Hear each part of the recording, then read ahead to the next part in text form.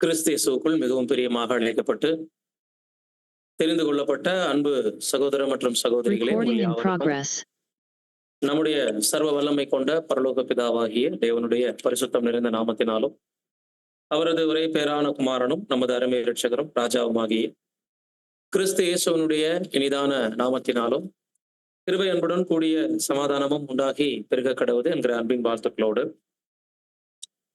நான் சார்ந்திருக்கிற பிரணி ஐக்கியத்தாருடைய அன்பின் வாழ்த்துக்கள் மற்றும் திண்டுக்கல் சகோதர சகோதரிகள் ஊழிய பிரயாணமாக நாம் கடந்து செல்கின்ற அனைத்து பட்டணங்கள் தோறும் இருக்கக்கூடிய உங்களுடைய சகோதர சகோதரிகள் யாவருடைய அன்பையும் வாழ்த்துக்களையும் பகிர்ந்து கொள்கிறேன். தொடர்ந்து நாம் தியானித்து வருகிற 10 கற்பனைகளின் கோட்பாடுகள் எனக்கூடிய தலைப்புல 5ஆம் கட்டளை பார்த்துட்டு இருக்கிறோம். உன் தகப்பனையும் உன் தாயையும் கனம் பண்ணுவாயாக என்ற அந்த ஒரு வசனத்திற்கு நம்ம கடந்த முறை ஒரு அடிப்படையான விளக்கத்தை அங்க பார்த்திருந்தோம். இப்பொழுது ஆதார வசனம் புதிய ஏற்பாட்டுல வாசித்து அந்த 5ஆம் கட்டளையினுடைய 2ஆம் பாகத்தை நம்ம இன்றைய தினத்துல தியானிக்கலாம். எபேசியர் 6:3. உன் தகப்பனையும் உன் தாயையும் கனம் பண்ணுவாயாக என்பதே வாக்குத்தத்தமுள்ள முதலாம் கற்பனையாய் இருக்கிறது. என்ன சொல்றாருங்க அப்போஸ்தலன்? ஏன் யாத்ராகமத்தை விட்டுட்டு எபேசியர்ல 6:3 நம்ம வாசிக்க சொன்னோம் அப்படின்னா காரணம் என்னன்னா, நம்ம முதல் பாகத்துல யாத்ராகமத்துலதான் படிச்சு தொடங்கணும். ஆனா இந்த 2ஆம் பாகத்திற்கு ஆதார வசனம் மாற்றப்பட்டிருக்கு, இருப்பிடம் தான் மாறி இருக்கு. ஆனால் ஆதார வசனம் ஒண்ணுதான், வசனம் ஒண்ணுதான், இருப்பிடம் புதிய ஏற்பாட்டுல இடம்பெறத பார்க்கணும். என்ன ஒரு வித்தியாசம் இதுல? ஒரு சின்ன வித்தியாசம் அப்படின்னு பாத்தீங்கன்னா, இதுவே வாக்குத்தத்தம் உள்ள முதலாம் கற்பனைங்கிறார். சோ அதுல இருந்துதான் நம்ம இந்த பாடத்தை இன்றைய நாள்ல நம்ம பார்க்க இருக்கிறோம். ஏன் இந்த கட்டளையை முதலாம் கட்டளைன்னு சொல்றார்? 10 கட்டளைகள்ல இது 5ஆம் கட்டளை இல்லைங்களா? இது வரைக்கும் பாடம் எத்தனை நம்ம பார்த்திருக்கோம்னா, இது 8வது பாடம் ஆர்டர் படி, சரிங்களா? கட்டளைப்படி 5 தான். 5ஆம் கட்டளையினுடைய 2ஆம் பார்ட், 2வது பாகத்தை நம்ம பார்த்துட்டோம். ஆனா முதலாம் கட்டளைன்னு ஏன் சொல்றாரு? ஏதாவது யாருக்காவது ஐடியா இருக்குங்களா? ஏன் முதலாம் கட்டளைன்னு சொல்றாருன்னு? முதல் 4 கற்பனை தேவனுக்குரியது, மனிதர்கள் மத்தியில தொடங்கக்கூடியது முதல் கட்டளை. அதாவது உன் தேவனாகிய கர்த்தரிடத்திலே முழு இருதயத்தோடு முழு ஆத்மாவோடும் அன்பு கூறுவாயாக. அதற்கு ஒப்பாய் இருக்கிறது உன்னிடத்தில் அன்பு கூறுவது போல பிறனிடத்திலும் அன்பு கூறுவாயாக அப்படின்னு 2 பார்ட் இருக்கு. 10 கட்டளையை சுருக்கணும்னா 2 பார்ட் இருக்கு. 2ல முதல் ஸ்தானம் தேவனுக்கு, 2வது ஸ்தானம் பிறனுக்கு. மற்ற எல்லாரும் அதுல வந்துருவாங்க. உறவுகள், நண்பர்கள், மனுஷ ஜாதி எல்லாரும் வந்துருவாங்க, நம்மளை தவிர எல்லாரும் வந்துருவாங்க. அப்ப 10 பிரமாணங்களை 2ஆ நம்ம பார்க்கிறோம். அந்த 10ஐயும் 2ஆக்கணும் அப்படின்னா முதல் 4 கற்பனைகள் தேவனுக்குரியது, மீத இருக்கக்கூடிய 6 கற்பனைகள் மனிதருக்குரியது. இப்ப மனிதர்கள் மத்தியில ஆர்டர் படி நம்ம கவனிக்க வேண்டியது முதலாம் கற்பனையாக பிறன் அப்படின்னு, உன்னிடத்தில் நீ அன்பு கூறுவது போல பிறனிடத்திலும் அன்பு கூறுவாயாக அப்படிங்கிற கட்டளை ஸ்டார்ட் ஆகிறது எங்க இருந்து? தகப்பனையும் தாயையும் கனம் பண்றதுல இருந்து உன்னில் அன்பு கூறுவது போல பிறனிலும் அன்பு கூறுவாயாகங்கிற கட்டளை தொடங்குது. புரியுதுங்களா? அப்ப இதனாலதான் இதுதான் வாக்குத்தத்தம் உள்ள முதல் கற்பனைட்டார். 1ஆம் கற்பனை அப்படின்னா, என்னை அன்றி உனக்கு வேற தேவர்கள் உண்டாயிருக்க வேண்டாம், ஃபாலோ பண்ணிடுவீங்க. விக்கிரக ஆராதனை செய்ய வேண்டாம், அதையும் ஃபாலோ பண்ணிட முடியும். பரிசுத்த ஓய்வு நாளை பரிசுத்தமாய் ஆசரிக்கணும். தேவனுடைய நாமத்தை வீணிலே வழங்காதிருப்பீர்களா. இந்த 4 விஷயமும் தேவனை மகிமைப்படுத்தக்கூடிய விதத்துல அமைஞ்சிருக்கிறதுனால இதை ஃபாலோ பண்றது சிரமப்பட்டாவது என்ன பண்ணிடுவோம், ஃபாலோ பண்ண சாத்தியம் இருக்கு. ஆனால் சக மனிதனை மற்றொரு மனிதன் நேசிப்பதும் அவன் தன் சரீரத்தில் அன்பு கூறுவது போல பிறருடைய சரீரத்தில் மற்றவர்களுடைய நலன்களில் அக்கறையாக காணப்படுவதுதான் ரொம்ப டஃப்பான ஒரு விஷயம். அதனால மனிதர்கள் மத்தியில கையாள வேண்டிய முதல் கட்டளையாக 5ஆம் கட்டளையை அப்படி சொல்ல வர்றார். உங்கள் மத்தியில நீங்க ஃபாலோ பண்ணக்கூடிய முதல் கட்டளை நீங்க அந்த 4ஐயும் ஃபாலோ பண்ணி, இதுக்கு முன்னாடி இருந்துட்ட 4ஐயும் நீங்க பின்பற்றியும், பிறனிடத்தில் அன்பு கூறுவாயாக என்ற அந்த ஒரு கட்டளையினுடைய துவக்கமா இருக்கக்கூடிய தகப்பனையும் தாயையும் கனம் பண்ணுவாயாக என்ற அந்த கட்டளையை மீறிட்டீங்கன்னா, தேவனிடத்துல காணாத தேவனிடத்துல அன்பு கூறி அர்த்தமே இல்லை. இதைதான் கடந்த பாடத்துல நம்ம பார்த்தோம். முழு மனுக்குலமும் தேவனுக்கு பிள்ளைகள். அதுல முதல் பிள்ளை ஆதாம். ஆதாம் தேவனுடைய வார்த்தைக்கு கீழ்ப்படியாமல் போய், அதனால் தோட்டத்தை விட்டு துரத்தப்பட்டு, அவருக்கு பிறக்கக்கூடிய எல்லா பிள்ளைகளும் அதற்கப்புறம் ஆதாமுக்கு கீழ்ப்படியாம போயிட்டாங்க. பரலோக தந்தைக்கு ஆதி மனிதன் கீழ்ப்படியாம போனதனுடைய விளைவு, அந்த ஆதி மனிதனிடமிருந்து உருவான சந்ததியார் தங்கள் தங்கள் தகப்பன்மார்களுக்கு தாய்மார்களுக்கு கீழ்ப்படியாம போறதனுடைய ஒரு காரியம் தொடர்ந்து உருவாக ஆரம்பிச்சிருச்சு. இது எப்படி சொல்லலாம்னா, ஒவ்வொரு செயலுக்கும் எதிர்வினை உண்டு. முதல் மனிதன் தேவ வார்த்தையை மீறும் பொழுது அது பாவமாயிற்று. இப்ப அதே மனிதன் தன் பிள்ளை தனக்கு கீழ்ப்படியாமை காட்டும் பொழுது, எக்ஸாம்பிள் காயின் அந்த கொலையை அரங்கேற்றும் போது ஆதாமுடைய இருதய வழி என்ன ஒரு பாடத்தை அவருக்கு கற்றுக் கொடுத்துருக்கோம்னா, நான் மாத்திரம் என் தகப்பனுடைய பேச்சை கேட்டுட்டு நான் அமைதியா இருந்திருந்தேன் அப்படின்னா, ஏவாளுடைய இந்த வஞ்சனையில நானும் பங்கெடுக்காம இருந்திருந்தேன் அப்படின்னா, இன்னைக்கு என் சந்ததி மரணத்தை நோக்கி போயிருக்காது. அப்ப நான் என் அப்பாவுக்கு கீழ்ப்படியாம காமிச்சேன், இப்ப என் பிள்ளை எனக்கு கீழ்ப்படியாம காட்டுறான். இதுதான் ஆதாம் ஃபீல் பண்ணியிருப்பார். இப்படி மனுக்குல பெற்றோர்கள் எல்லாருமே ஒரு குறிப்பிட்ட காலகட்டம் அவங்க சில்ட்ரன்ஸ், ஒரு குறிப்பிட்ட காலகட்டம் அவங்களே பேரண்ட்ஸ். இவங்க தாய் தகப்பனுக்கு முதலாவது குறுகிய காலகட்டம் இவங்க பிள்ளைங்க, எதிர்காலத்துல அவங்க பிள்ளைகளுக்கு இவங்க தாய் தகப்பன், அப்புறம் அவங்க பிள்ளை அது பெற்றெடுக்கக்கூடிய பிள்ளைகளுக்கு தாயாவும் தந்தையாவும். இப்படி அவங்க அவங்களுடைய வாழ்க்கை முறையிலேயே ஒருவருக்கொருவர் கற்றுக்கொள்ளக்கூடிய பாடத்தையும் கீழ்ப்படிதலையும் கீழ்ப்படியாமையையும் தேவன் என்ன செய்திருக்கிறார்னா பின்னி பிணைந்து வச்சிருக்கிறாரு. விதமாக நம்ம பார்க்கும்போது பெற்றோருடைய அந்த ஒரு கடமை ரொம்ப ரொம்ப முக்கியம்னு பார்த்தோம். எந்த அளவுக்கு குழந்தைகள்கிட்ட உட்கார்ந்து இருக்கும் போதும், படுத்திருக்கும் போதும், நடக்கும் போதும், சாப்பிடும் போதும் தேவனை பற்றின அறிவை, அந்த 10 கட்டளையினுடைய கோட்பாடுகளை மனசுல பதிய பண்ணிக்கிட்டே இருங்க. தேவனுடைய முழு சிந்தையினுடைய வெளிப்பாடுதான் அந்த 10 கட்டளை. தேவன் என்னவாக இருக்கிறார், அவர் எப்படி இருக்கிறாரு, நம்ம எப்படி இருக்க விருப்பப்படுறாரு அப்படிங்கிற முழு கான்செப்டையும் 10 கட்டளைக்குள்ள நீங்க தேவன் அடக்கி வைத்திருக்கிறதை நீங்க உள்ள போய் பார்க்க தான் உணர முடியும். ஒரு கட்டளை மற்றொரு கட்டளையோடு தொடர்பு படுது. ஒண்ணு மீறினாலும் மற்ற கட்டளைகள் மீறப்பட்டதாகவும் வருது. சுருக்கும் பொழுது அது 2 அன்புல அடங்குது. ரொம்ப ரொம்ப உண்மையிலே 10 கட்டளைகள் நியாயப்பிரமாணத்திற்கு கீழாக பிறந்திட்ட யூதர்களுக்கு மாத்திரமல்ல, முழு மனுக்குலத்திற்கும், தற்காலத்துல திருச்சபை ஜனத்துக்கும், எல்லாருக்குமே, தூதர்களுக்கு கூட பார்த்து கற்றுக்கொள்ளக்கூடிய அவர்களுக்கும் கூட தேவன் இதுல லெசன் வச்சிருக்கிறார். என்ன அவருடைய சிந்தை என்ன அப்படிங்கிறத நமக்கு கற்றுக் கொடுத்துக்கிறார். அப்ப அந்த ஆதார வசனம் ஆயுள் நாட்கள் நீடிக்க என்று ஒரு வசனம் சொல்லுது, உன் வாழ்நாள் நீடிக்க என்று ஒரு வசனம் சொல்லுது. ரெண்டுமே அதை தான் வெளிப்படுத்துது. பூமியிலே உன் வாழ்நாள் நீடிப்பதற்கு அப்படின்னாலும், உன் ஆயுள் நீடிப்பதற்கால் ரெண்டுமே எதை தான் குறிக்குதுன்னா நித்திய ஜீவன், மாம்ச பரிபூரணத்தை கொண்டு வருவதை குறிக்குது.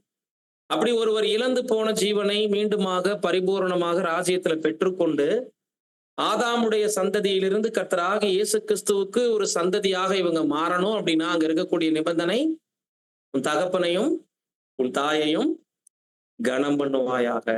அதுக்குள்ள என்ன இருக்குன்னு நம்ம பாக்குறோம் அப்படின்னா, அதுதான் கண்டுபிடிச்சோம் பாடத்தினுடைய பயனல்ல. தேவனுக்கும் தேவகுமாரனுக்கும் கட்டுப்பட்டு இருப்பதனுடைய ஒரு நிழல் தான் மாம்சீக தாய்க்கும் தகப்பனுக்கும் கீழ்ப்படிவது. இப்ப 1000 ஆண்டு முழுமைக்கும் எல்லா பிள்ளைகளுக்கும் தாயும் தகப்பனும் இருப்பாங்க.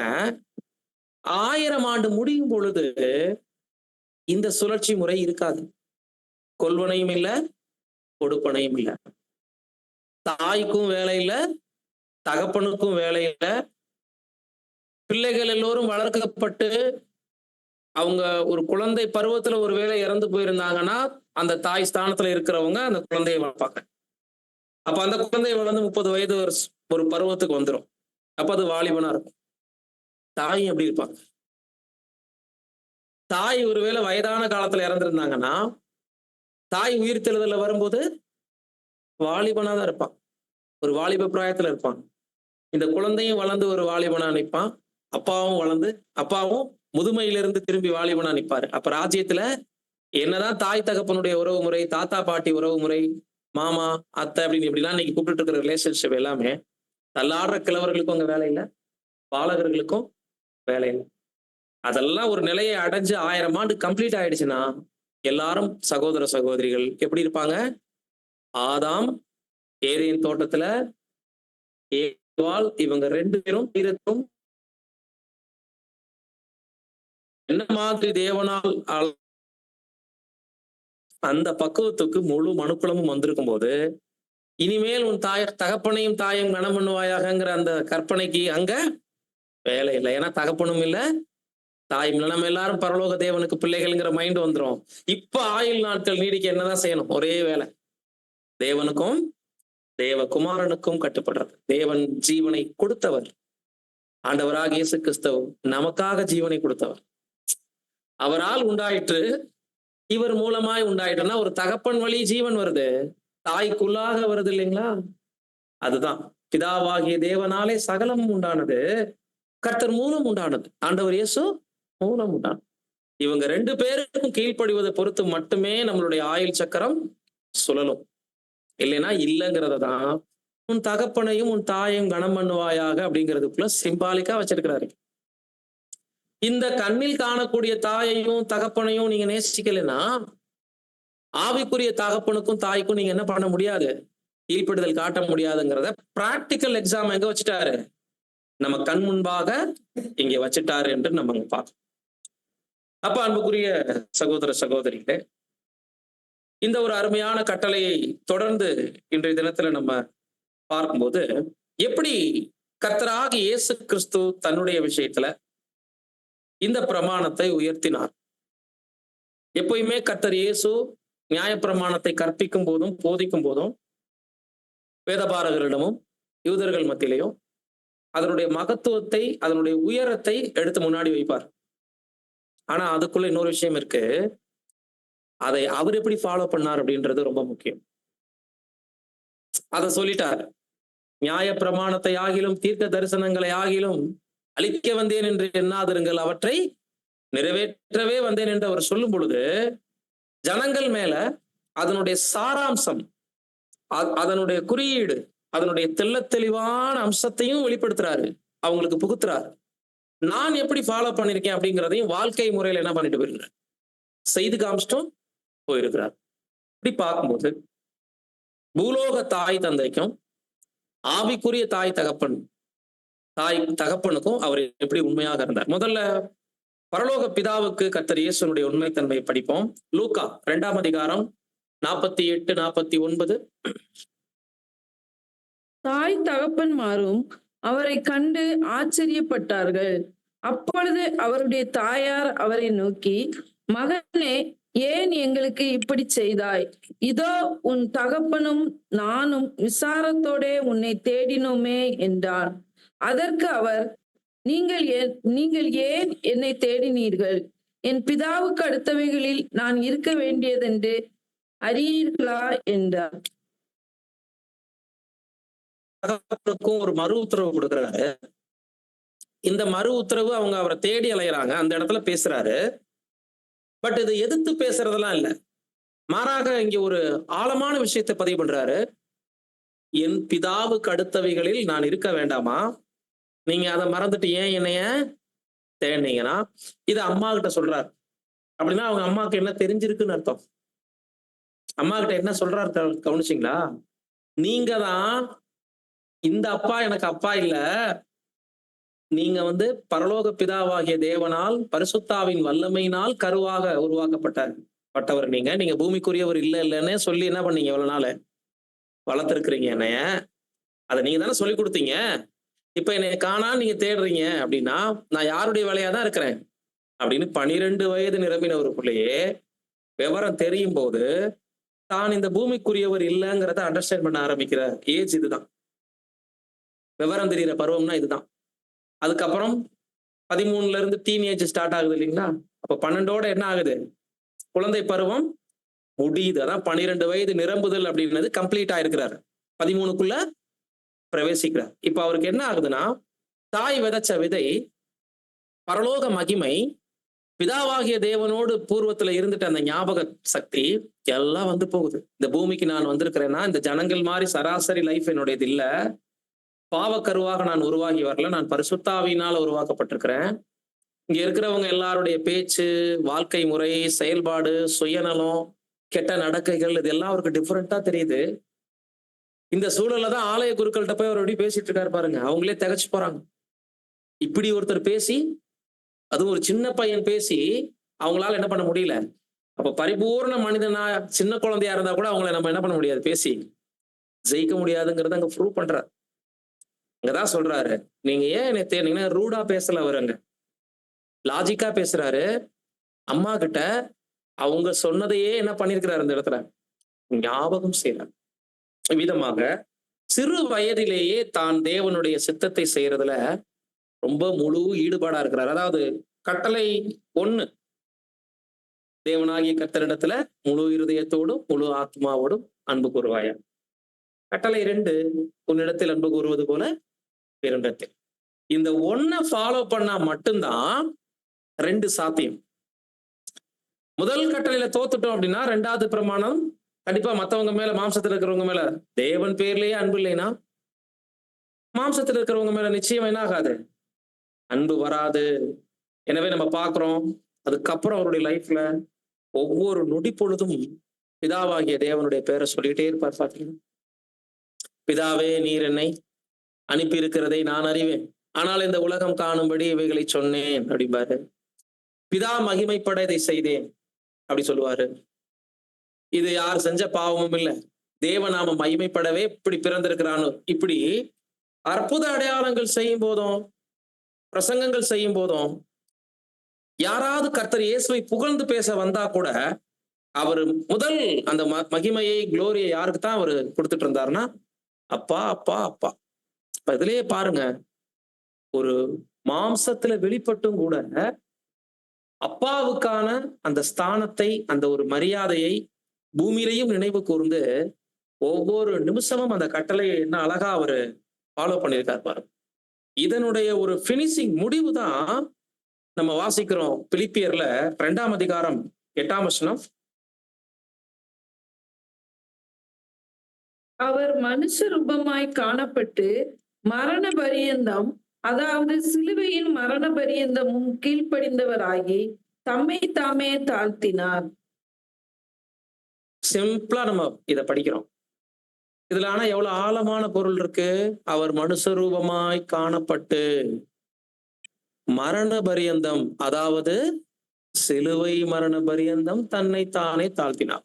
அப்படின்னா வாழ்க்கையினுடைய துவக்கம் முதல் முடிவு வரைக்கும் A to Z ஒவ்வொரு நாளும், ஒவ்வொரு நிமிடமும், ஒவ்வொரு மணி நேரமும், நொடி பொழுதும் தாழ்த்துறதுன்னா என்னங்க, தேவனுடைய நாமத்திற்கு மகிமை சேர்த்தது மட்டுமில்ல, அந்த கீழ்ப்படிதலை எப்பொழுதும் முரட்டாட்டம் இல்லாமல், கலகம் இல்லாமல், சாதகமான சூழ்நிலையிலையும் சாதகமற்ற சூழல்லையும் கூட அப்பாவுக்கு எதிராக எந்த முறுமுறுப்பும் அவர் செய்யல. எனக்கு ஏன் இது அனுமதிக்கப்பட்டதுன்னு தெரிஞ்சு அந்த பாத்திரத்தை அவர் பானம் பண்றாரு. பட் எந்த சூழ்நிலையிலையும் தேவனுக்கு எதிராக ஒரு குற்றச்சாட்டையும் ஒரு முறுமுறுப்பு கூட அவருடைய வாயிலிருந்து வந்ததே கிடையாது. அந்த தேவன் அனுமதிச்ச பாத்திரத்துக்குள்ள அவர் சந்தோஷத்தோட தான் என்ன பண்ணார், கடந்து போனார். இதுதான் சிலுவை மரண பரியந்தம் கீழ்ப்படிந்தவராயினா கடைசி டிராப் ரத்தம் சிந்துற வரைக்கும் கூட அவர் நிதானத்தை இழக்கல. தன்னுடைய தகப்பனுக்கு கொடுக்கக்கூடிய மரியாதையும் கணத்தையும் ஒரு நொடி பொழுது கூட அவரு குறைக்கல. மாறாக எல்லா இடங்களிலேயும் தேவனை மகிமைப்படுத்தி கொண்டே இருந்தார். நான் என்னிலும் என் பிதாவுடைய வார்த்தை என்னிலும் நான் அவரிலும் இருப்பது போல சொல்லிட்டே இருக்காரு இல்லைங்களா. என் பிதா என்னில் இருக்கிறார், அவர் பூரண சர்க்குணரா இருக்கிறார் அப்படின்னு எப்பவுமே அப்பா அப்பா அப்பான்னு அவருடைய நாமத்தை மாத்திரமே மகிமைப்படுத்திட்டே இருப்பார். என் பிதாவின் வீட்டில் அநேக வாசஸ்தலங்கள் உண்டு, அந்த அன்பு, உண்மையான அப்பா மகனுக்குரிய ஒரு உறவை அங்கதான் நம்ம கத்துக்க முடியும். அதனாலதான் அவர் நியாயப்பிரமாணத்தின் விஸ்தாரத்தை ஜனங்களுக்கு கற்றுக் கொடுத்தது மாத்திரமல்ல, அந்த உயரத்தை அவர் வாழ்க்கையில என்ன பண்ணிருக்கிறார், கடைபிடித்து காமிச்சதுதான் அவர்கிட்ட இருக்கக்கூடிய முக்கியமா நம்ம கவனிக்க வேண்டியது. பூலோக தாய் தகப்பனுக்கு அவர் எப்படி உண்மையா இருந்தார்? யோவான் 19ஆம் அதிகாரம் 26, 27. அப்பொழுது இயேசு தம்முடைய தாயையும் அருகே நின்ற தமக்கு அன்பாயிருந்த சீஷனையும் கண்டு தம்முடைய தாயை நோக்கி, ஸ்திரீயே, அதோ உன் மகன் என்றார். பின்பு அந்த சீஷனை நோக்கி, அதோ உன் தாய் என்றார். அந்நேரம் முதல் அந்த சீஷன் அவளை தன்னிடமாய் ஏற்றுக்கொண்டான். இதுல சிம்பிளா நம்ம படிக்கிறோம். என்ன விஷயம் இதுல இருக்கு அப்படின்னா, இதை உற்று கவனிக்கும் போது, ஆழமாக நம்ம தியானிக்கும் போது, கர்த்தருடைய சூழ்நிலை இப்ப என்னங்கிறத நம்ம பார்க்கணும். கர்த்தருடைய சூழ்நிலை இன்னைக்கு இப்ப எப்படி இருக்கு? சிலுவையில், அந்த மரண வேதனையில், அவஸ்தையில் இரத்த விலாரா தொங்கிட்டு இருக்கிறாரு. வாரினால் அடிக்கப்பட்டு, முள்கிரீடம் சூடப்பட்டு, 3 ஆணிகளால் தொங்க விடப்பட்டு, பசியில பட்டினியில தொங்குறார். இந்த நேரத்துல மற்றவர்களை பத்தி யோசிப்பதே பெரிய விஷயம் இல்லையா? நம்ம மேல யாராவது இறக்கப்பட மாட்டாங்களான்னு தான் தோணணும் நியாயப்படி. இப்ப இங்க பாக்குறாரு அருகில தாய், இன்னொரு பக்கம் யோவான். யோசிக்கிறார், இப்ப நமக்கு பின்னாடி பூமியில இந்த தாயை பராமரிக்கிறதுக்கு ஒரு மகன் வேணும். கண்டிப்பா ஆவிக்குரிய தளத்துல அவர் கண்டிப்பா எல்லாரையும் பாதுகாக்க தான் போறாரு. அதுல எந்த மாற்று கருத்தும் இல்ல. பரலோகத்திலிருந்து பரலோக பிதாவும் குமாரனும் நம்மளை யாரையுமே எப்பயுமே கைவிட போறது இல்லைங்கிறது 2வது விஷயம். இருந்தாலும் அவர் ஏன் இந்த இடத்துல இந்த வேலையை கரெக்டா செஞ்சுட்டு போறாருன்னா, ஒரு ஞானமுள்ள செயல் ரொம்ப ரொம்ப முக்கியம். அப்போ மகனுக்கு அம்மா கிடைச்ச மாதிரி ஆயிடுச்சு, அம்மாவுக்கு மகன் கிடைச்ச மாதிரி. இதுக்கு முன்னாடி அவங்கள அம்மாவா யோவான் பார்த்திருந்ததுக்கும் இனிமேல் அவங்கள அம்மாவா பார்க்க போறதுக்குமே உள்ள வித்தியாசம் இருக்கு. அந்த பொறுப்பு தான் ரொம்ப முக்கியம். கர்த்தர் இடத்துல நம்ம இந்த இடத்துல கவனிக்க வேண்டியது, ஒரு நல்ல மகன். யாருக்கு? மாம்சீக தாய்க்கும் தகப்பனுக்கும். இப்ப தகப்பன் இல்ல, யாரை மட்டும்தான் பாக்குறாரு? தாயை மாத்திரம் பார்த்துட்டு அவங்களுக்கான கடமையும் செஞ்சுட்டு மறிக்கிறார் இல்லைங்களா? அதை முடிச்சுட்டு தான் எல்லாம் முடிந்ததுன்னு ஜீவனை விடுறார். என்ன அருமையான பாடம் இருக்கு பாருங்க. நமக்கு கூட புது சிருஷ்டி, சத்தியத்துல இருக்கிறோம், ஓகே, தேவனுடைய காரியங்கள்ல வைராக்கியமா இருக்கிறோம், கரெக்ட். பூலோக கடமைகளை தவறணும்னா கூட தோல்விதான். எல்லாம் செஞ்சு குடும்பத்துக்கு நல்ல ஒரு பிள்ளைகளா இல்ல, நல்ல தாய் தந்தையா இல்ல, இப்படி எந்த விதத்திலயாவது தோத்தோம்னா கூட சகோதரர்கள் மத்தியிலேயோ சத்தியத்துக்கோ சாட்சியா இருந்துட்டு குடும்ப பொறுப்பையே ஒருத்தர் செய்யல, மனைவிக்கு ஆற்றக்கூடிய கடமையும் செய்யல, கணவனுக்கு ஆற்றக்கூடிய கடமையை மனைவி செய்யல, தாய் தந்தையும் உலகத்துல இருக்கிறாங்கிற ஒரே காரணத்தினால அவங்கள அன்பே செலுத்துறது இல்ல, பட்னி போட்டுறது, எந்த பொறுப்பையும் செய்யறது இல்ல. இப்படி இருந்தோம்னா நீதியின் சத்தியத்தை இவ்வளவு அறிந்தும் சொந்த குடும்பத்தை கூட கவனம் இல்லாமல், ஒரு அன்பு இல்லாமல் பரிதவிக்க விட்டாங்கன்னா அவங்க நிச்சயம் கர்த்தருடைய சாயலை என்ன பண்ண முடியாது, அடைய சாத்தியமே இல்லை. அததான் இங்க கவனிக்கிறோம். அவ்வளவு பெரியவரே பூலோகத்தில் ஒரு சின்ன குறைய வச்சுட்டு போனா கூட அவருடைய உடன்படிக்கையில ஒரு பாகம் குறையுது. கவனிச்சிங்களா? 99.99 இருந்தாலும் ஒரு பார்ட்டு தன் தாய்க்கு ஆற்றக்கூடிய கடமை ஒண்ணு பாக்கி இருக்குங்கிறத அவர் நினைச்சுதான் சீசன்ட்ட ஹேண்ட் ஓவர் பண்ணிட்டு தான் எல்லாம் முடிந்ததுன்னு சொல்றாரு. கவனிச்சிங்களா? அருமையான லெசன் பாருங்க. பூலோக கடமை ரொம்ப முக்கியங்கிறத அதுல கத்துக்கிறோம். குறிப்பாக அதுல தகப்பனுக்கும் தாய்க்கும் ஆற்றக்கூடிய கடமை தலையாய கடமை. இந்த சாபத்தை மட்டும் வாங்கினவங்க உண்மையிலேயே அந்த காரியத்துக்கு கணக்கு சொல்லியே ஆகணும். நல்லா இருந்தோம், தாய் தகப்பனை முதியோர் இல்லத்துல விடுறது, அவமரியாதாக அந்த வயதான நாட்கள்ல பேசுறதெல்லாம் அந்த உலகத்துல பாக்குறோம். அடிச்சு சித்திரவதை பண்ற வீடியோ எல்லாம் நம்ம பாக்குறோம். இன்னைக்கு சோசியல் மீடியா நாட்களா இருக்கிறதுனால நிறைய ஸ்ப்ரெட் ஆகுது. கொடிய பாவம்.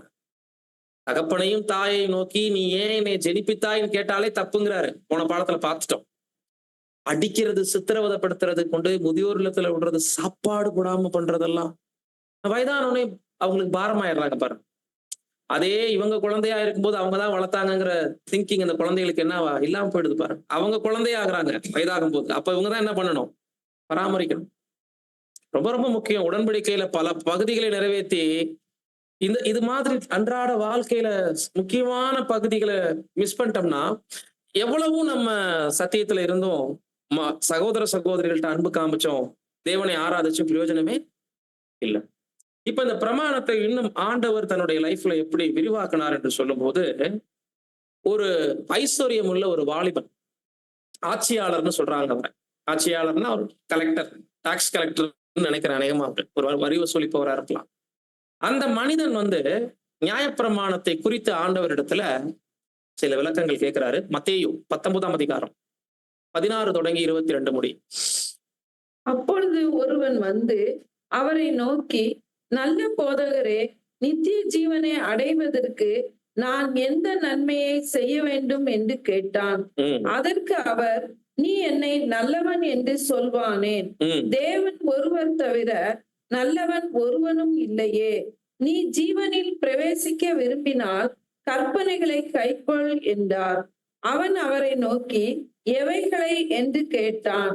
அதற்கு இயேசு, கொலை செய்யாதிருப்பாயாக, விபச்சாரம் செய்யாதிருப்பாயாக, களவு செய்யாதிருப்பாயாக, பொய் சாட்சி சொல்லாதிருப்பாயாக, உன் தகப்பனையும் உன் தாயையும் கனம் பண்ணுவாயாக, உன்னிடத்தில் நீ அன்பு கூறுவது போல பிறனிடத்திலும் அன்பு கூறுவாயாக என்பவைகளையே என்றார். அந்த வாலிபன் அவரை நோக்கி, இவைகளை எல்லாம் என் சிறு வயது முதல் கை கொண்டிருக்கிறேன், இன்னும் என்னிடத்தில் குறைவு என்ன என்றான். அதற்கு இயேசு, நீ பூரண சற்புணராய் இருக்க விரும்பினால் போய் உனக்கு உண்டானவைகளை விற்று தரித்திரருக்கு கொடு, அப்பொழுது பரலோகத்தில் உனக்கு பொக்கிஷம் உண்டாயிருக்கும், பின்பு என்னை பின்பற்றி வா என்றார். அந்த வாலிபன் மிகுந்த ஆஸ்தி உள்ளவனாய் இருந்தபடியினால் இந்த வார்த்தையை கேட்ட பொழுது துக்கம் அடைந்தவனாய் போய்விட்டான். ஐஸ்வர்யம் இருந்தாலே இதான் பிரச்சனை. சாக்ரிஃபைஸ் பண்ண மனசு வராது. இல்லாதவங்களுக்கு கூட அவங்கள்ட்ட இருக்கிறவைகள்ல இருந்து செலுத்தணுங்கிற மைண்ட் இருக்கும். இருக்கிறவங்க குறையாம பாத்துக்கணுங்கிறதுல தெளிவா இருப்பாங்க. வரவு வரணும், செலவு என்ன பண்ணக்கூடாது. இதே மாதிரிதான் நம்ம நிறைய சம்பவங்களை பார்க்கணும். இப்ப இவர் என்ன பண்ணிருக்கிறார்? விசனப்பட்டு போயிட்டார். இப்ப ஆண்டவர் அவர்கிட்ட இருதயத்துல என்ன கண்டுபிடிச்சிட்டாரு? நான் நித்திய ஜீவனை சுதந்திரிக்க என்ன செய்யணும்? நல்ல போதகரேன்னு முதல்ல ஐஸ் வைக்கிறார். அங்கேயே என்ன பதில் கொடுத்துட்டாரு? ஆரம்பிக்கிறாரு, நீ எல்லாரும் இருதயத்தையும் நான் அறிவேன்பா, சும்மா அந்த ஐஸ் வைக்கிற வேலையெல்லாம் நம்ம கிட்ட நடக்காது, தேவன் மட்டும்தான் நல்லவர் அப்படி சொல்லிட்டார். ஏன்னா மனுஷர் இருதயத்தில் உள்ளதை அவர் அறிந்திருக்கிறபடினாலே ஒருவரையும் நம்பி அவர் இணங்கினது இல்லைன்னு வசனம் தெளிவா இருக்கு. அப்ப நல்லவரேன்னு சொன்னா கூட முகஸ்துதிங்கிறத கண்டுபிடிச்சிடலாம், ஈஸியா கண்டுபிடிச்சிருவார். சரி, என்ன செய்யணும்னு கேட்கும்போது சொல்றாரு, கொலை செய்யாதிருப்பாயா. இங்க நடுவுல இருந்து ஆரம்பிக்கிறார், ஒண்ணுல இருந்தெல்லாம் வரல. கொலை செய்யாதிருப்பாயாக, உபச்சாரம் செய்யாதிருப்பாயாக, தகப்பனையும் தாயும் கனம் பண்ணுவாயாக, உன்னிடத்தில் அன்பு கூறுவது போல பிறனிடத்தில் அன்பு கூறுவாங்க. இதெல்லாம் செஞ்சனாலே ராஜ்யத்தை என்ன பண்ணிடலாம்? நித்திய ஜீவனை சுதந்திரிச்சிடலாம். அங்க இந்த பாடத்துல நம்ம ஆதார வசனத்துல நித்திய ஜீவனுக்காக ஆயுள் நாட்கள் நீடிக்க இந்த ஒரு கட்டளை தான் பாக்குறோம் ஆதார வசனத்துல. இங்க ஆண்டவர் எல்லாத்தையும் ஃபாலோ பண்ணு, உனக்கு நித்திய ஜீவன், அனைத்து கட்டளைக்குள்ளேயும் ஒரு கனெக்டிவிட்டி இருக்கிறத சொல்றாரு பாருங்க. கவனிச்சிங்களா? இது எல்லாத்தையுமே நீங்க செய்யணும். அந்த ஒண்ணு செப்பரேட் பண்ணி நம்ம பாடமா பார்த்தாலும் மற்றொன்றுல தவறுனா, இப்ப தகப்பனையும் தாயும் கனம் பண்ணிட்டு கொலை பண்ணிட்டா வேற யாரையாவது, புரியுதுங்களா? அல்லது கொலை பண்ணாம இருந்துட்டு தகப்பனையும் தாயும் கனம் பண்ணாம இருந்தா, அப்ப எந்த கட்டளையும் மீறப்படக்கூடாதுங்கிறதா இங்க வலியுறுத்துறாரு. இதெல்லாம் நான் சிறு வயது முதல் கடைபிடிக்கிறேன். அப்ப நியாயப்பிரமாணத்திற்கு கீழாக இருக்கிற ஒரு இந்த வாலிபன் அவர் பக்காவா என்ன பண்ணிருக்கிறதா சொல்றாரு, கடைபிடிச்சிருக்காரு. இப்ப ஆண்டவர் அவரை சோதிக்கிறாரு, நீ இந்த 10 கட்டளைகளினுடைய பிரமாணத்தினுடைய முக்கியத்துவத்தை இருதயத்துக்குள்ள இருந்து ஃபாலோ பண்ணிருக்கியா? அதனுடைய ஆவி புரிஞ்சு நீ ஃபாலோ பண்ணிருக்கியா? இல்ல சும்மா மோசையினுடைய ஆசனத்துக்கு கீழே அந்த வழியா கத்துக் கொடுக்குறவங்கள்ட்ட இதை கேட்டு தெரிஞ்சுக்கிட்டு ஒரு ஸ்லோகம் மாதிரி இதை சொல்லிட்டு போயிட்டு இருக்கிறியா அப்படிங்கிறத உணர்த்துறாரு. இதெல்லாம் ஓகே. 10 கட்டளையும் எனக்கு என்ன கத்துக் கொடுக்குது தெரியுமா? உன்னிடத்தில் நீ அன்பு கூறுவது போல பிறனிடத்திலும் அன்பு கூறுவாயகன் கத்துக் கொடுத்துருக்கு. போய் எல்லாத்தையும் வித்து என்ன பண்ணிட்டு வா, தரித்திரருக்கு கொடுனே. அவன் விசனப்பட்டு அப்படின்னா என்ன? எல்லாரிடத்திலும் அன்பு கூறுவது அப்படிங்கிற அந்த கட்டளை தான் தகப்பனையும் தாயும் கனம் பண்ணுவாயாக என்ற கட்டளையில இணையுது முதல்ல. புரியுதுங்களா? இப்ப இதுல இன்னும் கூர்ந்து நம்ம கவனிக்கும் போது, தாயையும் தகப்பனையும் கனம் பண்ணுவாயாகங்கிறது அநேகர் தவறலாம் அந்த கட்டளையில. ஆனா அந்த கட்டளையை கூட செஞ்சிடலாம். ஏன் தெரியுங்களா? என் தாய் என் தகப்பன் அப்படிங்கிற ஒரு சுயநலமும் அங்க வந்துச்சுன்னா அதை கூட நிறைவேற்றிடுவாங்க. இப்ப கேள்வி என்னன்னா, உங்க அம்மா அப்பாவுக்கு சோறு போட்டு, இப்ப இன்னும் கொஞ்சம் ஆழமா போறோம். முதல்ல தாய் தகப்பனுக்கே சோறு போடாம கஷ்டப்படுத்துறது, கடைசி காலத்துல கவனிக்காம இருக்கிறது தப்பு. இந்த பிரமாணத்தை மீறினா ஜீவன் இல்லை. இதை சொல்லிட்டாரு. எல்லா கட்டளையும் நீ ஃபாலோ பண்ற, பட் பாரு பிறரை நேசிக்கிறியா, எல்லாம் அதுல வருது. சொல்லும்போது எல்லாத்தையும் நான் கடைபிடிக்கிறேங்கிறார். அந்த அந்த இடத்த மறுபடியும் படிங்க. இவைகள் எல்லாம் 20 இருந்து படிங்க. அந்த வாலிபன் அவரை நோக்கி, இவைகளை எல்லாம் என் சிறு வயது முதல் கை கொண்டிருக்கிறேன், ம், இன்னும் என்னிடத்தில் குறைவு என்ன என்றான். ம். அதற்கு இயேசு, நீ பூரண சற்புணனாய் இருக்க விரும்பினால் போய் உனக்கு உண்டானவைகளை விற்று தரித்திரருக்கு கொடு. அப்படின்னா நீ உனக்கு உண்டானவைகள்ல கொஞ்சத்தை வித்துன்னு சொல்லியிருக்கலாம், பாதிய வித்துன்னு சொல்லியிருக்கலாம், 10ல ஒரு பங்கு வித்துன்னு அவர் சொல்லியிருந்தா கூட அவன் விசனப்பட்டு போயிருக்க மாட்டான். ஆண்டவர் எப்படி சொல்றாரு? நீ பூரணமா உன்கிட்ட இருக்கு, நீ என்ன பண்ணு, ஜீவனுக்கானதை மட்டும் யோசிக்கிறேன்னா உன்கிட்ட இருக்கிற பூரணத்தை எல்லாம் தரித்திரருக்காக வித்துருன்றதான் எல்லாத்தையும் சொல்லாம பூரணமா இருக்கிறேன்னு சொல்லி சொல்றாரு. கவனிச்சிங்களா? ஜீவனை சுதந்திரிக்கிற நினைக்கிறவங்க ஆஸ்தி அந்தஸ்தின் மேல அக்கறை வைக்க மாட்டாங்க. பணங்காசு மேல மோகம் இருக்கக்கூடாது. அது ராஜ்யத்தை சுதந்திரிக்க ஒத்து வராதுப்பா. நீ உண்மையிலேயே 10 கட்டளைகளை இருதயத்துல வச்சு ஃபாலோ பண்ணியிருந்தேன்னா இந்த இந்த பரீட்சையே தெரிஞ்சு போயிடும் அப்படிதான் சொல்ல வர்றார். அப்படின்னா நீ எல்லாத்தையும் நிறைவேற்றிருப்ப. கண்டிப்பா கொலை செஞ்சிருக்க மாட்ட, விபச்சாரம் செஞ்சிருக்க மாட்ட, தாய் தகப்பன் எல்லாம் கனம் பண்ணிருப்ப. ஆனா என்னன்னா, உன் தாய் தகப்பன்னு நீ கனம் பண்ணிருப்ப, இந்த மாதிரி மத்தவங்களை நேசிருப்பியா நீ? நம்ம வீட்டுக்குள்ள இருக்கிறதுனால நம்ம அம்மா அப்பா அப்படி யோசிப்போம், செஞ்சிருவோம் கடமைகளை. இதே அம்மா அப்பா வயதுல உள்ள மத்தவங்களை இன்னைக்கு சமுதாயத்துல எப்படி பாக்குறோம்? கேஷுவலா பாக்குறோம். தாய் தந்தை வயசுல உள்ளவங்களை எல்லாம் அவமரியாதையா பேசுறாங்க, வெளியே போயிட்டா. அவங்க அம்மா அப்பாவுக்கு வீட்டுல மரியாதை கொடுக்குறாங்கல்ல, வெளியில அதே வயது உள்ளவங்களை எல்லாம் எப்படி நடத்திக்கிறாங்க? ஒரு சின்ன பிரச்சனை வந்துச்சுன்னா எப்படி பேசுறதெல்லாம் பாக்குறோம் இல்லைங்களா? சின்ன சின்ன பசங்க வயதானவங்களை எல்லாம் போயா வாயா போடா வாடான்லாம் பேசுறாங்க. அப்ப இங்க எது அடியாகுது அப்படின்னா, தாய் தகப்பின் மீது அன்பு கூறுவது ரொம்ப கஷ்டம், அதையும் செஞ்சுட்டீங்க. ஆனா அது உங்க சுயநலம். இன்னொரு விதத்துல பாத்தீங்கன்னா, நீங்க அவங்க வயித்துல இருந்து வந்ததுனால அவங்க மேல என்ன பண்ணிடுறீங்க? அன்பு வச்சிடுறீங்க, கடமையில செஞ்சிடுறீங்க. அதை விட மேலானது என்ன தெரியுமா? எல்லார் மேலையும் அந்த அன்பு வரணுங்கிறதுனுடைய தொடக்கம் தான் உன் தகப்பனையும் உன் தாயையும் கனம் பண்ணுவாயானா. என் மீது நான் அன்பு வச்சிருக்கிறேன், அடுத்து பிறன் மீது அப்படிங்கும்போது அதுல முதல் ஜீவன் தாயும் தகப்பனும், அதுக்கப்புறம் உடன் பிறந்தவர். எல்லாரையும் சொல்லலாம். இப்ப சத்தியத்தில் இருக்கிற சகோதர சகோதரிகள் தான் நமக்கு முதல்ல. ஆனா உலகத்தானுக்குன்னு நீங்க வைக்கும் போது தாய் தகப்பன் உடன் பிறந்தவர்கள் பக்கத்து வீட்டுக்கார் அயலார்னு சொல்றதுனால என்ன அர்த்தம்? அயலான் இடத்தில்னால என்ன அர்த்தம்? மற்றவர், நம்ம வீட்டுக்கு சம்பந்தம் இல்லாதவங்கள தான் நம்ம என்ன சொல்லுவோம்? அயலான். அந்த சமமான அன்பு, உன்னுடைய ரத்தமாய் நீ நினைக்கக்கூடிய உன் தகப்பனுக்கும் தாய்க்கும் கொடுக்கக்கூடிய அதே கௌரவம், மதிப்பு, மரியாதை, அன்பை பிறனிடத்திலும் நீ என்ன பண்ணணும்? காட்டணும்.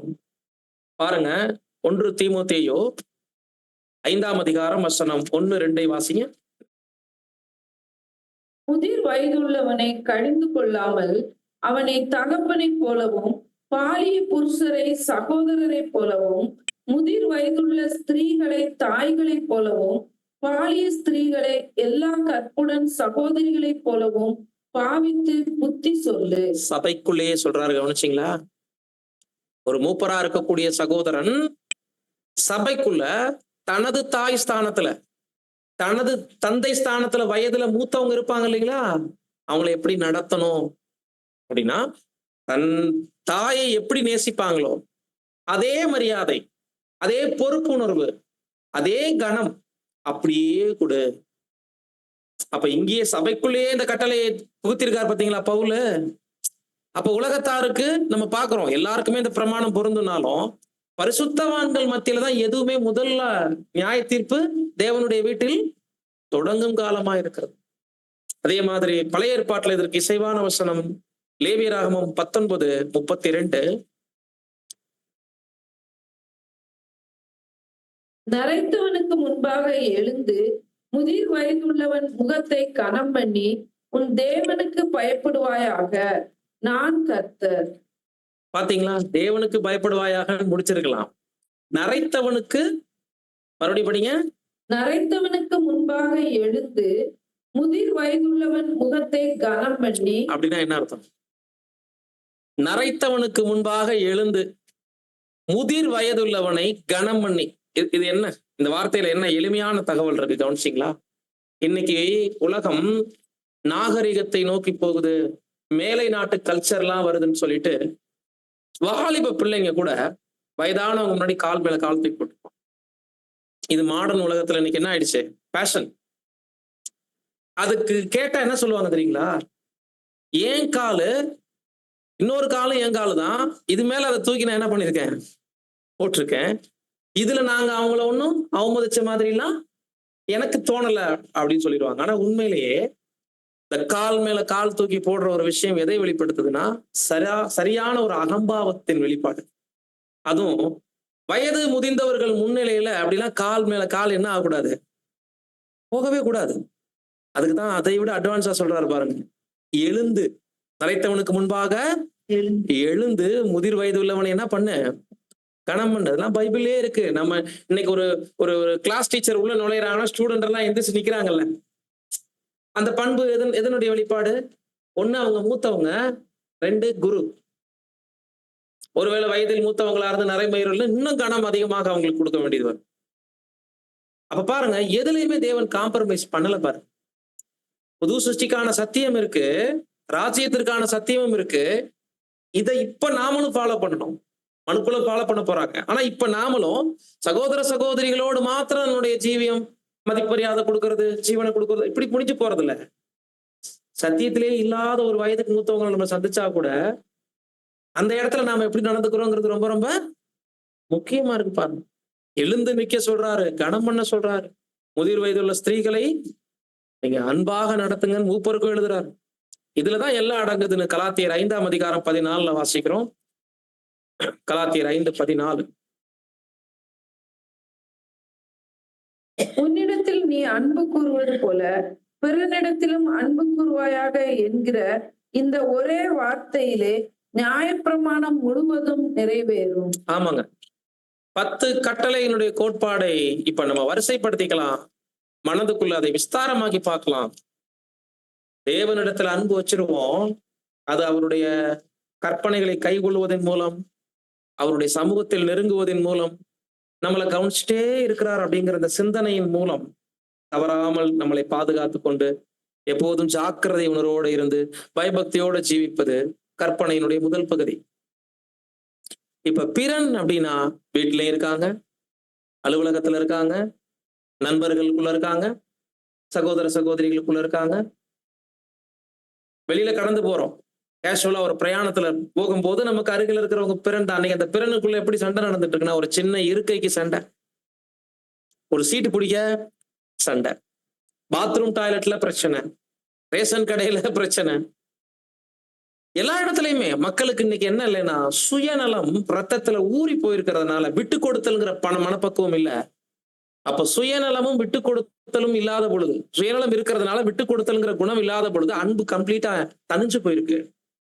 ஒருவரை ஒருவர் அடிச்சு பட்சிக்கணும், ஓவர்டேக் பண்ணணும், எல்லாரை விட அதிகம் சம்பாதிக்கணும், ஒருவரை ஒருவர் ஏமாத்தணும், யார் ஈஸியா ஏமாத்தி பிழைக்கணும் போது உன்னில் அன்பு கூறுவது போல பிறனிடத்திலும் அன்பு கூறுவாயாங்கிற அந்த செகண்ட் பார்ட் இன்னைக்கு மனுக்குளம் முழுவதிலும் டோட்டல் மைனஸ் ஆயிருக்கு.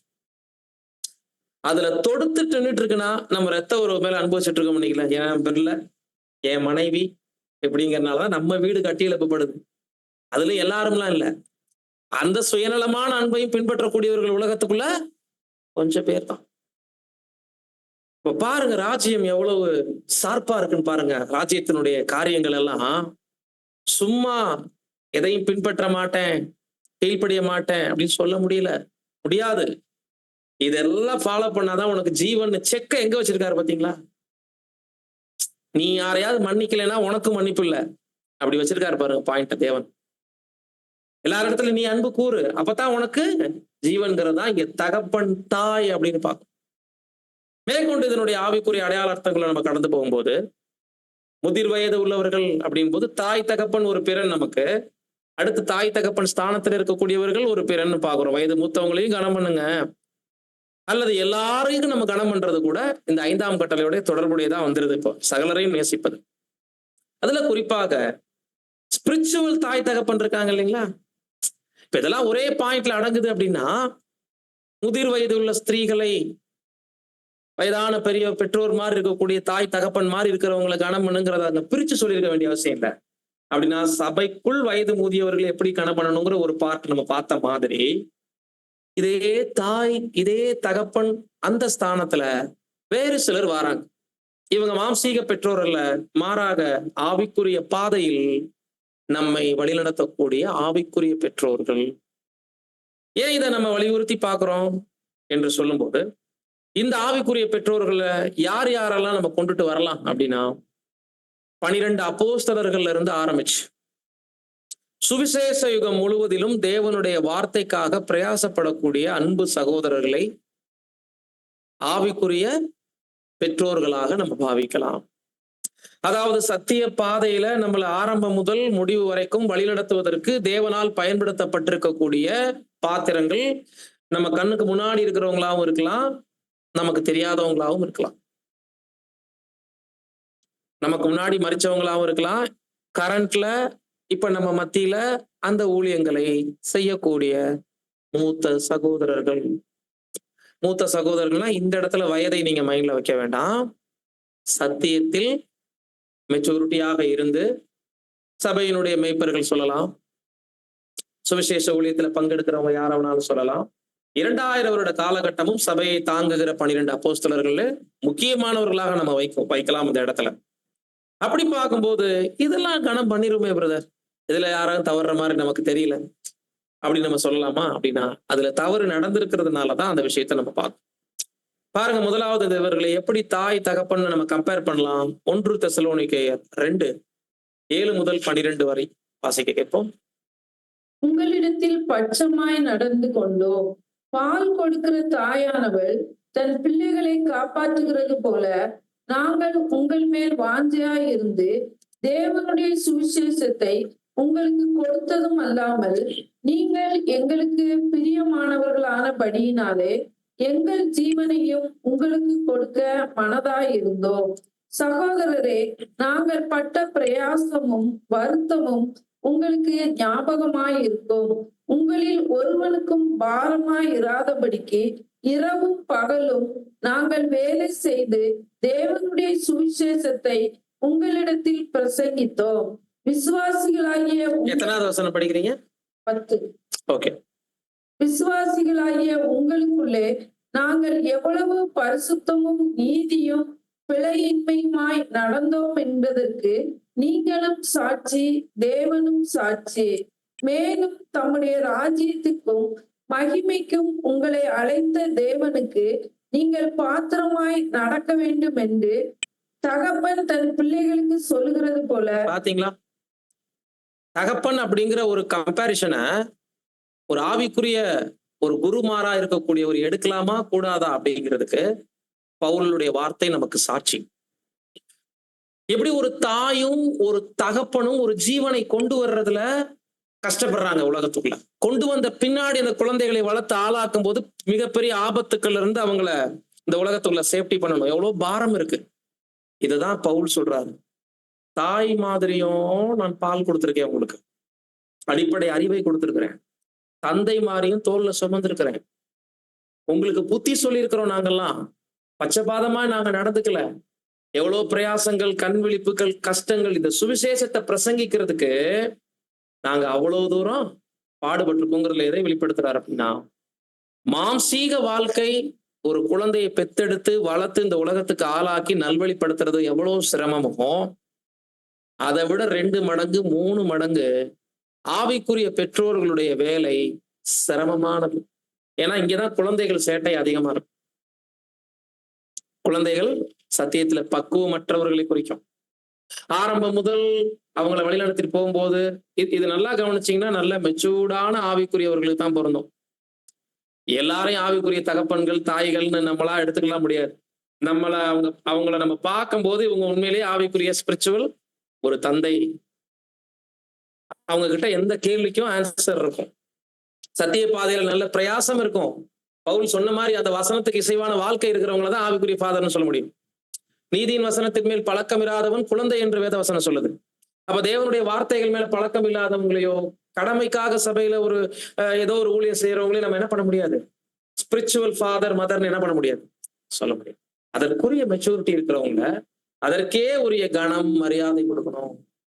நீங்க என்ன சொல்றது, ஏன் விசில் வந்துட்டே இருக்கு பாருங்க. ஓகே ஓகே விட்டுருங்க பரவாயில்ல. அப்போ இது இன்னைக்கு ரொம்பவே நம்ம கவனிக்கப்பட வேண்டிய விஷயம். தேவனிடத்துல அன்பு வைக்கிறோம், தேவகுமாரனிடத்துல அன்பு வைக்கிறோம், சகோதர சகோதரிகளிடத்துல, குடும்பத்துல எல்லாத்தையும் அன்பு வைக்கிறோம். பட் சத்தியத்தை கற்றுக் கொடுத்தவர்களிடம் அல்லது சத்தியத்திற்காக பிரயாசப்பட்டு நம்மை நடத்துகிறதற்கு தேவன் அவங்களை வச்சிருக்காரு இல்லைங்களா, அந்த மாதிரியான நபர்களுக்கு எந்த அளவுக்கு நம்ம கனமும் கீழ்ப்படுதலும் காட்டுறோங்கிறது ரொம்ப ரொம்ப முக்கியம். ஏன்னா ஆதி அப்போஸ்தலர்கள் மத்தியிலேயே இந்த பிரச்சனை இருந்துச்சு. 1 பேதுரு 5:5-6. அந்தபடி இளைஞரே மூப்பருக்கு கீழ்ப்படியுங்கள். நீங்கள் எல்லாம் ஒருவருக்கொருவர் கீழ்ப்படிந்து மனத்தாழ்மையை அணிந்து கொள்ளுங்கள். பெருமை உள்ளவர்களுக்கு தேவன் எதிர்த்து நிற்கிறார், தாழ்மை உள்ளவர்களுக்கோ கிருபை அளிக்கிறார். அப்படின்னா இந்த வசனத்தை எப்படி புரிஞ்சுக்கிறது? அந்தபடி இளைஞரே மூப்பருக்கு கீழ்ப்படியுங்கள். தேவன் பெருமை உள்ளவர்களுக்கு எதிர்த்து நிற்கிறார், தாழ்மை உள்ளவருக்கோ கிருபை அளிக்கிறார். இதுல என்ன சொல்ல வர்றாரு அப்படின்னா, இந்த வசனம் நம்ம தோராயமா மேலோட்டமா படிக்கும்போது வயதில் மூத்த மூப்பர்களுக்கு வாலிபர்கள் கீழ்ப்படியல அப்படித்தானே தெரியுது. அந்தபடி இளைஞரே அப்படின்னா யாரு? வாலிபர்கள். மூப்பருக்கு கீழ்ப்படிங்கன்னா அப்ப மூப்பர் யாரா இருந்திருப்பாரு? வயதுல மூத்தவர். அப்படிதான் நமக்கு தோணுது. அப்படி இல்ல, அந்த நாட்கள்ல இருந்த மூப்பர்கள் பூரா சின்ன பசங்க, தீத்து தீமோத்தேயு மாதிரி யங்ஸ்டர்ஸ். இப்ப வாலிபர்கள் யாரதான் எடுத்துட்டு இருக்காங்க? வயதானவங்க இல்ல. நீயே சின்ன பையன், எங்களை மாதிரி ஒரு நபரு, நீ எங்களுக்கு சபையை வழி நடத்தி புத்தி சொல்ற வேலை செய்யறியா அப்படின்னு சொல்லிட்டு அந்த யங்ஸ்டர்ஸ் எல்லாம் ஒரு கோஷ்டி வச்சுட்டு என்ன பண்ணிருப்பாங்க, இவங்களுக்கு எதிராகவே இருந்திருப்பாங்க இல்லைங்களா. அந்த பொருள்ல பேசி இந்த விஷயம் பேதுரு நாலேஜுக்கு போகும்போது அவரு 2000 வருஷத்துக்கும் ஒரு மூப்பருங்கிற ஒரு அங்கீகாரம் 12 பேத்துக்கு தான் இருக்கு. அந்த அத்தாரிட்டியில தான் எழுதுறாரு, இளைஞர்களே சத்தியத்துல இருக்கிறது முக்கியம் இல்ல, உங்க சபையில ஏற்படுத்தப்பட்டிருக்க மூப்பருக்கு நீங்க என்ன பண்ணுங்க, கீழ்ப்படிந்து நடங்குங்க. தேவன் பெருமை உள்ளவருக்கு எதிர்த்து நிற்கிறார். அந்த இடத்துல ஏன் சொல்ல வர்றாருன்னா, தாழ்மை இல்லாமல் போனனாலதான் அவங்களுக்கு என்று நியமிக்கப்பட்ட ஊழியக்காரங்களுக்கு இவங்க எதிர்த்து நிற்கிறாங்க. கட்டுப்படலைங்கிறத அங்க சொல்ல வர்றாரு. புரியுதுங்களா? இங்க வயதானவங்க தான் மூப்பர்கள் அப்படிங்கிற பாயிண்ட் எல்லாம் கிடையாது. வயசுக்கு மூத்தவங்களும் இருக்கலாம், வாலிபர்கள் இருக்கலாம். இங்க எந்த உத்தியோகத்தை நம்ம முதிர்ச்சியா பார்க்கணும்னா, வயதானவர்களும் ஆவிக்குரிய ஊழியத்துல நம்மளை வழி நடத்தலாம். சின்ன பசங்களையும் கூட தேவன் என்ன பண்ணலாம், வைக்கலாம். எந்த காலகட்டத்துல நம்ம அனுமதிக்கப்பட்டாலும் அந்த ஸ்தானத்துக்கு கீழ்ப்படுகிறோமாங்கிறது முக்கியமான பாயிண்ட். இதெல்லாம் பாருங்க, லைஃப்ல கடந்து போயிட்டு இருக்கோம். இந்த சம்பவங்கள் எல்லாத்தையுமே, குடும்பத்துல தாய் தகப்பனை கவனிக்காம போறதும் நடந்துட்டு இருக்கு, சொந்த சகோதர சகோதரிகள் மேல அன்பு கூறாம போறதும் நடக்குது, உலகத்துக்குள்ள நம்ம சந்திக்கிற மனிதர்கள் மேல அன்பு கூறாம போயிட்டு இருக்கோம், அதுவும் நடந்துட்டு இருக்கு ஒரு பக்கம். ஒரு சில நேரங்கள்ல ஊழியக்காரங்களுக்கு அதுக்குரிய ஸ்தானத்தை ரெஸ்பான்ஸ கொடுக்காம கடந்து போகுதலும் நடக்குது. இதுல இருந்து தேவன் நமக்கு என்ன கத்துக் கொடுக்குறாரு? வாழ்க்கை ஒரு வட்டம் மாதிரி இருப்பார். புரியுதுங்களா? அது சுழலுது. ஒரு குறிப்பிட்ட பாயிண்ட்டுக்குள்ள நம்மளை கொண்டு இதை நான் சரியா செஞ்சுட்டேன், அதனால நான் எல்லாத்துலயும் கரெக்ட் அப்படி சொல்ல முடியாத அளவுக்கு சகலத்தையும் செய்து முடித்தவங்களா நில்லுங்கிறார். புது சிருஷ்டியினுடைய லைஃப் எப்படி இருக்குன்னா, இதெல்லாம் சத்தியம், 1000 ஆண்டுல கூட இதான் ட்ரூத். பட் நீங்க அப்படிங்கும் போது எங்கெங்கெல்லாம் நம்மளை கொண்டு போய் வைக்கிறாரு பாத்தீங்களா? பூலோக தாய் தகப்பனுக்கு கடமையை தவறுறீங்களா, ஆண்டவர் எக்ஸாம்பிள் வச்சிட்டார். இதோ உன் தாய், இதோ உன் மகன். சாதாரண வயதுக்கு மூத்தவங்களை பார்த்து கூட ஒரு அவமரியாதையா பேசுறீங்களா, மீற பிரமாணத்தை மீறங்கிறத அங்கேயும் நமக்கு காமிச்சிருக்கிறார். நரமயிர் உள்ளவங்களை என்ன பண்ணு, கனம் பண்ணி எதிர்த்து எந்திரிச்சு நில்லு அப்படின்றார். ஸ்பிரிச்சுவலா கொடுக்கக்கூடிய ஒரு கன மரியாதை நம்மளா சமந்தான். என்ன மாதிரி ஒரு ஊழியம் தானே நீயும். அப்படி யோசிச்சிடாதீங்க. அவங்களுக்குன்னு ஒரு ஸ்தானத்தை தேவன் கொடுத்துட்டாருனாலே அந்த ஸ்தானத்தின் நிமித்தம் அவர்களை மதித்து நடங்கள் அப்படின்னு இருக்கு இல்லைங்களா. இது எல்லாமே அந்த தகப்பனையும் தாயும் கனம் பண்ணுவாயாகங்கிற லிஸ்டுக்கு கீழே விரிவாக வரக்கூடிய பட்டியல். அப்ப இதுல எல்லாரும் வந்துடுறாங்களா? இப்போ உறவுகள், நண்பர்கள், உடன் பிறந்தவர்கள், சொந்த சகோதர சகோதரிகள், தாய் தகப்பன், வயதில் மூத்தவர்கள், சபையினுடைய மூப்பர்கள் பட்டியல் பெருகுது. அதுதான் சுருக்கமா உன்னிடத்தில் நீ அன்பு கூறுவது போல பிறனிடத்திலும் அன்பு கூறுவாயாகங்கிறது. 5ஆம் கட்டளை சிங்கிளா இப்ப போகல, கவனிச்சிங்களா? கற்பனையின் முதல் கற்பனைன்னு ஆரம்பிச்சார் ஆதார வசனத்துல. எதுல முதல்? மனிதர்கள் மத்தியிலே ஃபாலோ பண்ண வேண்டிய அன்பின் பிரமாணத்தினுடைய முதல் பகுதி தகப்பனுக்கும் தாய்க்கும் செய்யக்கூடிய கடமைகள்ல தொடங்குச்சு. அதோட நிக்கல. தகப்பனையும் தாயும் ஒருவேளை கவனிச்சிருந்தாலும் பணம் காசை நேசிச்சு மற்றவங்க மேல இரக்கம் இல்லாம அப்படி இருந்தேன்னா உனக்கு நித்திய ஜீவனே இல்லைன்னு அந்த வாலிபட்ட ஆண்டவர் சொன்னதுல இருந்து நம்ம விரிவாக்கம் அப்படியே எடுத்துட்டு போனீங்கன்னா லைஃப்ல நம்மளை எல்லாமல் பிறன் நம்ம வீட்டுக்குள்ளேயும் இருக்காங்க, பக்கத்து வீட்டுலயும் இருக்காங்க, சபைக்குள்ளேயும் இருக்காங்க, உடைய வேலை செய்யறாங்க. எல்லாரிடத்திலும் நம்மளுடைய அன்பு எந்தெந்த சூழ்நிலைகள்ல எந்தெந்த சோதனைகள் மத்தியில எப்படி வெளிப்படுது, இதெல்லாம் சேர்ந்ததுதான் ஒரு புது சிருஷ்டியினுடைய பரிசுத்தமான வாழ்க்கை. எதுலையாவது ஒண்ணுல தவறிட்டு அங்க எப்படி பிரமாணங்கள்ல 9 கடைபிடிச்சிட்டு ஒண்ணுல மிஸ்டேக் பண்ணாலும் தப்பு தானே.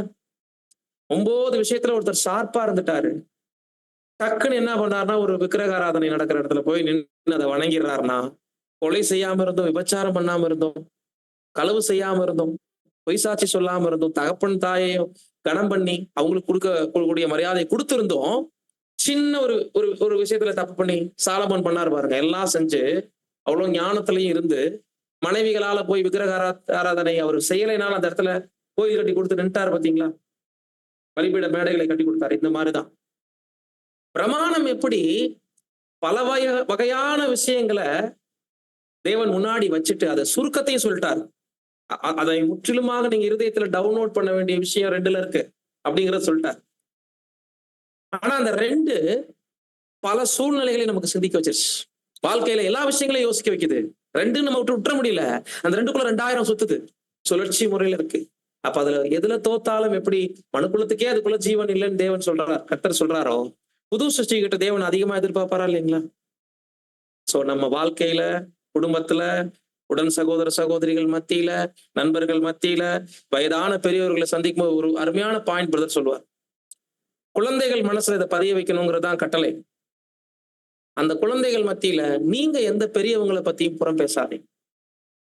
பிஞ்சு மனசுல நம்ம என்ன பண்ணிடுறோமா, இது இன்னைக்கு கேஷுவலா நடக்குதுங்க. 2 பெரியவங்க, தாயோ தகப்பனோ அல்லது மற்றவங்களோ என்ன பண்றாங்கன்னா, பிள்ளைகளை வச்சுக்கிட்டு அவங்களுக்கு விவரம் தெரிய பருவத்துல பக்கத்து வீட்டுக்காரவங்களை பத்தியோ தங்களுடைய உறவுகளையோ நமக்கு பிடிக்காதவங்களை பத்தியோ தீமை பேச ஆரம்பித்து குழந்தைங்க வாயை கவனிக்கிறாங்க நல்லா. இப்ப இவங்க மனசுல அப்பா அம்மாவுக்கு யார் விரோதியோ இந்த பிள்ளைகளுக்கு இப்ப இருந்து விரோதி. அது பார்த்தா கூட அடுத்து என்ன பண்ணும், நம்ம அம்மா அப்பாவுக்கு பிடிக்காதவங்கிற விரோதத்தை காட்டுமே தவிர அந்த குழந்தைக்கு ஒருத்தரை நேசிக்கவும் வெறுக்கவும் அங்க சுயாதீனம் மறுக்கப்படுது. காரணம், விதைக்கப்படுறது பாய்சன்.